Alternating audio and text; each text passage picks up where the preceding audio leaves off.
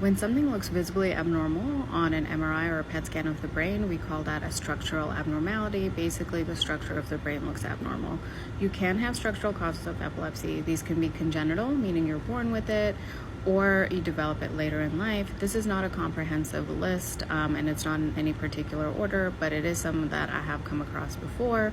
Hypothalamic hamartoma is an abnormal but benign brain tumor of the hypothalamus that can cause seizures early in life. Cardi syndrome is a very specific syndrome with a lot of structural abnormalities of the brain, also seizures early in life.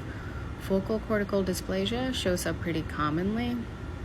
Usually this is congenital, but the seizures show up a little later in life.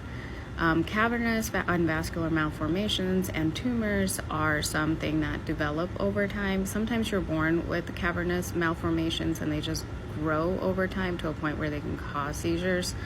MTS, mesial temporal sclerosis, also can be congenital but can be acquired if you have febrile seizures.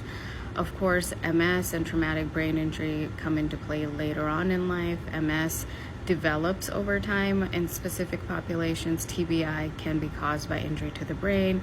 Perinatal brain injury is an in utero issue, something that happens to the baby while it's developing. Vascular injuries such as strokes are something that are acquired later in life. Hemimegancephaly and schizencephaly are congenital abnormalities. Hemimegancephaly is one part of the brain looks bigger than the other.